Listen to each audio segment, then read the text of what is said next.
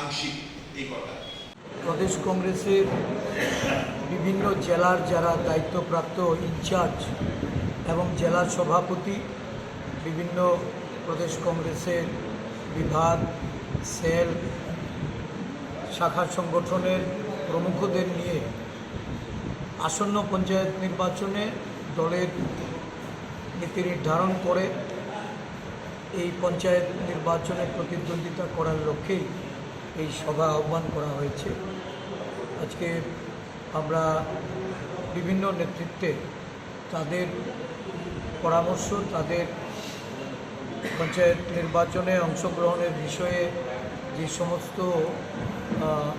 বিষয় উঠে আসবে সেগুলিকে আমরা কম্পাইল করে আগামী দিন এই নির্বাচনে প্রতিদ্বন্দ্বিতা করার লক্ষ্যে আমাদের বিভিন্ন ব্লক ভিত্তিক প্রশাসনিক ব্লক, যেখান থেকে বিভিন্ন গ্রাম পঞ্চায়েতের নির্বাচন অনুষ্ঠিত হয়ে থাকে।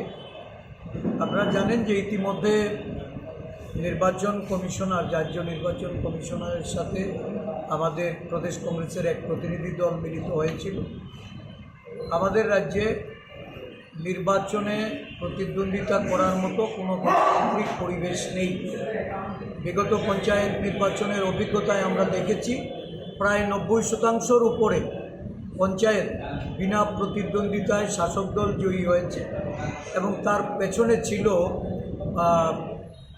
অধিকাংশটাই ভয়, ভীতি, সন্ত্রাস দেখিয়ে প্রতিদ্বন্দ্বিতা থেকে সরে দাঁড়ানোর জন্য বা যারা মনোনয়ন নিয়ে জমা দিতে যাবে তাদেরকে অবরোধ করে তাদেরকে মনোনয়ন জমা দিতে বাধা প্রদান করা, এই ধরনের ঘটনা এটা এই রাজ্যে শুধু পঞ্চায়েত নির্বাচনই নয়, পরবর্তী সময়ে আমরা দেখেছি যে সারা রাজ্যে এই নির্বাচন সারা রাজ্যব্যাপী একই অগণতান্ত্রিক পরিবেশ এটা গত লোকসভা নির্বাচন অবধি বজায়। এই পরিস্থিতিতে সুষ্ঠু নির্বাচন, অবাধ নির্বাচন করার জন্য নির্বাচন কমিশনকে এটা আমরা দাবি জানিয়েছি যে অনলাইনে মনোনয়ন প্রদান করার সুযোগ করে দেওয়া,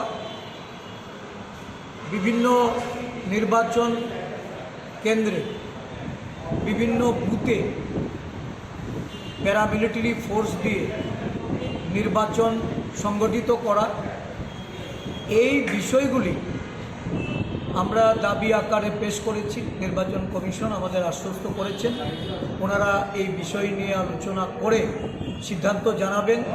আমরা নির্বাচনের জন্য সম্পূর্ণরূপে প্রস্তুতি নিচ্ছি এবং আগামী দিন এই নির্বাচনকে কিভাবে অবাধ করা যায় প্রতিরোধ গড়ে তোলার জন্য জনগণের সহযোগিতা নিয়ে কংগ্রেস দল প্রতিদ্বন্দ্বিতায় থাকবে।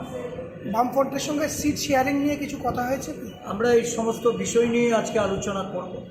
আলোচনা শেষে আমাদের যার সিদ্ধান্ত হবে অ্যাকর্ডিংলি আমরা